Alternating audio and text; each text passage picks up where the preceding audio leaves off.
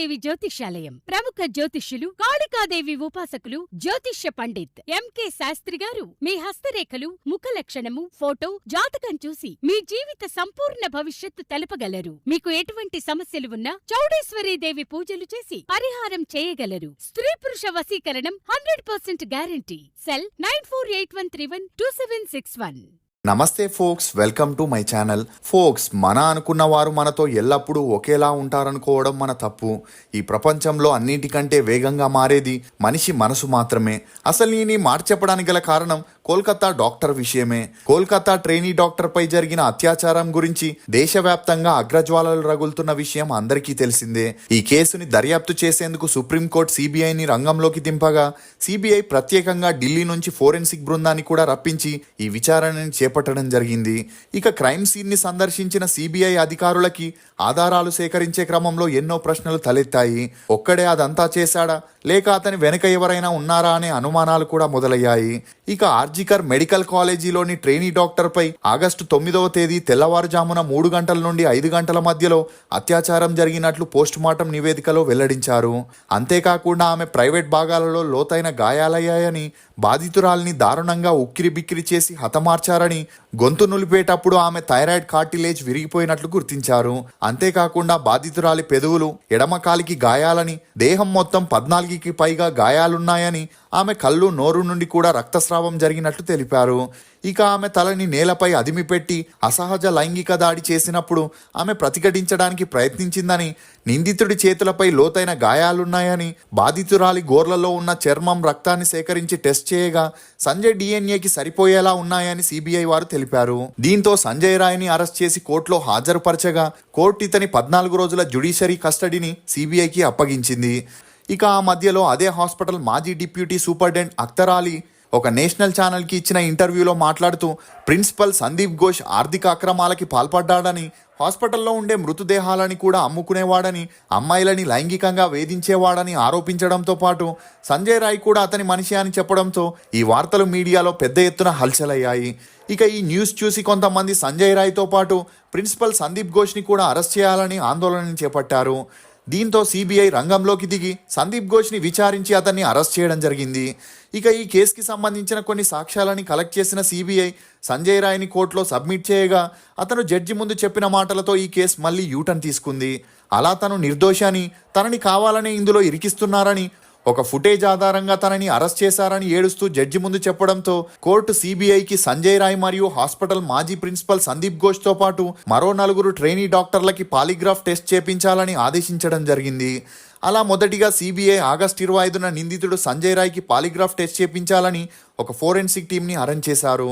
ఇక polygraph test అన్నా, lie detector అన్నా రెండూ ఒకటే. ఇక అలా అధికారులు అడిగిన ప్రశ్నలకి నిజాలు చెప్తున్నారా లేక అబద్ధాలు చెప్తున్నారా అనే విషయాన్ని ఈ పాలిగ్రాఫ్ టెస్ట్ ద్వారా గుర్తించవచ్చు. అయితే ఈ లై డిటెక్టర్లో ఎలాంటి మెడిసిన్ని కానీ, మత్తుమందుని కానీ ఉపయోగించరు. కేవలం నిందితుల శరీరానికి కార్డియాక్ కప్పుల్ని అమర్చడం లేదా అత్యాధునిక పార్ట్స్ ఎలక్ట్రో కోడ్స్తో పాటు ఇతర పరికరాలని మాత్రమే అమరుస్తారు. వాటి ఆధారంగా ప్రశ్నలు అడిగినప్పుడు ఆ వ్యక్తి బీపీ, శ్వాసక్రియలో మార్పులు వస్తే ఆ నిందితుడు చెప్పేది నిజమా లేక అబద్ధమా అని ఫోరెన్సిక్ నిపుణులు గుర్తిస్తారు. ఇక మొదటిగా సిబిఐ సంజయ్ రాయ్కి లై డిటెక్టర్ తో టెస్ట్ చేయగా అందులో నేరం జరిగిన రోజు తాను రెడ్ లైట్ ఏరియాకి వెళ్ళినట్లు చెప్పుకొచ్చాడు.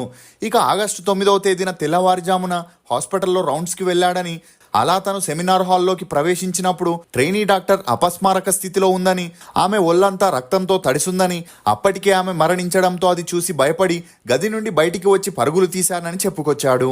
దీంతో సిబిఐ సంజయ్ని ప్రశ్నిస్తూ ఒకవేళ నువ్వు నిర్దోషి అయితే పోలీసులు అరెస్ట్ చేసినప్పుడు ఎందుకు ఎదురు మాట్లాడలేదు అని ప్రశ్నించగా ఆ సమయంలో తనని ఎవరు నమ్మరని సంజయ్ రాయ్ చెప్పుకొచ్చాడు. ఇక అలా సందీప్ ఘోష్తో పాటు సంజయ్ రాయ్కి 10 సార్లు లై డిటెక్టర్ టెస్టులు చేస్తూ 100కి పైగా స్టేట్మెంట్లని రికార్డ్ చేసి కోర్టులో సబ్మిట్ చేశారు. ఇక ఇదే సమయంలో ట్రైనీ డాక్టర్ స్నేహితులు ఈ కేసుకి సంబంధించిన కొన్ని కీలక వివరాల్ని మీడియాలో బయటపెట్టారు. అలా ఇది మామూలు కేసు కాదని, కేవలం బాధితురాల్ని మాత్రమే లక్ష్యంగా పెట్టుకొని ఇలా చేశారని చెప్పుకొచ్చారు. అంతేకాకుండా గత 20 రోజుల నుండి ఆమెపై చాలా ఒత్తిడి పెట్టారని, నిరంతరంగా 36 గంటల పాటు పని చేపించేవారని ఈ విషయం ట్రైనీ డాక్టర్ తన డైరీలో రాసుకొచ్చిందని చెప్పుకొచ్చారు. ఇక ఇది మాత్రమే కాకుండా ఆ హాస్పిటల్లో సందీప్ ఘోష్ చాలా మంది జూనియర్ ట్రైనీ డాక్టర్స్ పై లైంగిక దౌర్జన్యాలు చేసేవాడని, ఈ విషయాన్ని ఎవరైనా బయట పెడితే వారికి లైఫ్ లేకుండా చేస్తాడనే భయంతో వారు అన్నింటినీ సహిస్తుండేవారని, ఓ జూనియర్ డాక్టర్ చెప్పుకొచ్చింది. ఇక ట్రైనీ డాక్టర్ తల్లి మాట్లాడుతూ ఆ హాస్పిటల్లో జరిగే లైంగిక దౌర్జన్యాలకి భయపడి తన కూతురు తమ ఇంట్లో ఉండగా హాస్పిటల్కి వెళ్ళనని చెప్పిందని, అప్పుడు తనకి కారణం చెప్పకపోయినా ఇప్పుడే తనకి అర్థమైందని చెప్పుకొచ్చింది. ఇక ఆ హాస్పిటల్లో సందీప్ ఘోష్ చేసే లైంగిక దౌర్జన్యాలని ట్రైనీ డాక్టర్ చూసి అతన్ని నిలదీయడంతో ఆమెతో నిరంతరంగా 36 గంటల పాటు పని చేపిస్తూ ఒత్తిడి పెట్టేవాడని సుబర్ణ గోస్వామి అనే సీనియర్ డాక్టర్ మీడియాలో చెప్పుకొచ్చాడు. ఇక అతని టార్చర్ భరించలేక ఆమె పోలీసులకి ఈ విషయం చెప్తాననుకున్నప్పుడే సందీప్ ఘోష్ ఆమెను అడ్డుకున్నాడని, అలా తను ఎంత నచ్చజెప్పినా వినకపోయేసరికి సందీప్ ఘోష్ మరియు అతని టీం సెమినార్ హాల్లో నిద్రపోతున్న ట్రైనీ డాక్టర్పై సామూహిక అఘాయిత్యానికి పాల్పడి ఆమెను హతమార్చారని, అందుకే ఆమె శరీరంలో 150 మిల్లీగ్రాముల వీర్యం ఉందని డాక్టర్ సుబర్ణ గోస్వామి తెలియజేశాడు. ఇక అలా ట్రైనీ డాక్టర్ తల్లిదండ్రులు పోస్ట్మార్టం రిపోర్ట్తో సుప్రీంకోర్టులో పిటిషన్ వేస్తూ గురువారం రాత్రి హత్య జరగగా ఉదయం తమకి కాల్ చేసి మీ కూతురు బలవన్మరణం చేసుకుందని మెడికల్ డిపార్ట్మెంట్ అసిస్టెంట్ ఇన్ఫార్మ్ చేశాడని, దీంతో వెంటనే హాస్పిటల్కి వెళ్లి చూడగా సెమినార్ హాల్లో సగం బట్టలతో ఒంటి నిండా గాయాలతో తన కూతురు నిర్జీవంగా ఉండిపోయిందని వాపోయారు.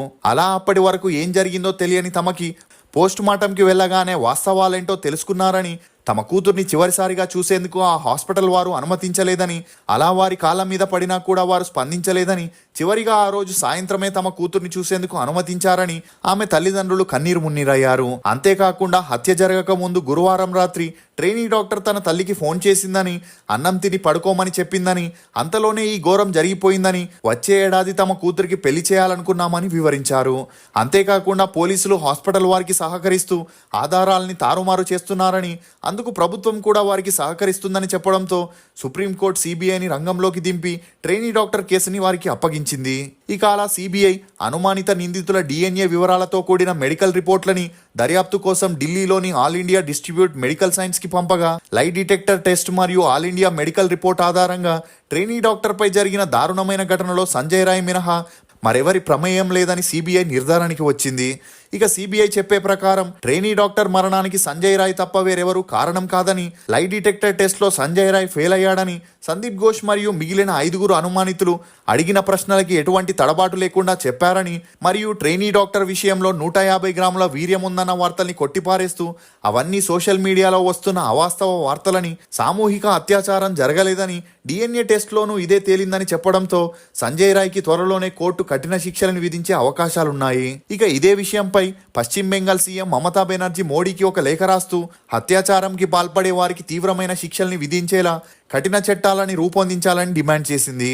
అంతేకాకుండా ఇలాంటి కేసుల విచారణ వేగంగా జరగాలంటే ప్రత్యేక ఫాస్ట్ ట్రాక్ కోర్టులను ఏర్పాటు చేయాలని, అప్పుడే బాధితులకి త్వరగా న్యాయం జరుగుతుందని, ఈ కేసు విచారణ 15 రోజుల్లో పూర్తి కావాలని మమతా బెనర్జీ పేర్కొన్నారు. ఒక కామాంధుడి కామానికి ఎంతో భవిష్యత్తు ఉన్న ఒక ట్రైనీ డాక్టర్ ఇలా అర్ధంతరంగా ప్రాణాల్ని కోల్పోవడం చాలా బాధాకరమైన విషయం. ఈ అఘాయిత్యానికి పాల్పడిన సంజయ్ రాయ్కి కఠిన శిక్ష పడితేనే ఆ ట్రైనీ డాక్టర్ ఆత్మకి శాంతి కలుగుతుంది. ఫోక్స్, ఎప్పుడూ నవ్వుతూ మాట్లాడే వ్యక్తి సడన్ గా మౌనంగా ఉన్నాడంటే ఆ వ్యక్తి బాధల్లోనైనా ఉండాలి, అతన్ని మనం బాధ పెట్టైనా ఉండాలి. ఇది ఫోక్స్ ట్రైనీ డాక్టర్ కేసులో సిబిఐ రిపోర్ట్లో బయటపడ్డ కొన్ని నమ్మలేని నిజాలు. ఈ వీడియో మీద మీ అభిప్రాయాన్ని కమెంట్ సెక్షన్లో తప్పకుండా తెలియజేయండి. మేము చేసిన ఈ వీడియో మీకు నచ్చినట్లయితే ఒక లైక్ ద్వారా మీ సపోర్ట్ని మాకు తెలియజేయండి. రుచికరమైన మరియు ఆరోగ్యకరమైన బేబర్ టీ కోసం బేబర్ వెబ్సైట్కి వెళ్ళి మీకు నచ్చిన ఫ్లేవర్ని ఆర్డర్ చేసుకుంటారని ఆశిస్తూ, for more interesting videos please subscribe to CR voice. Thank you.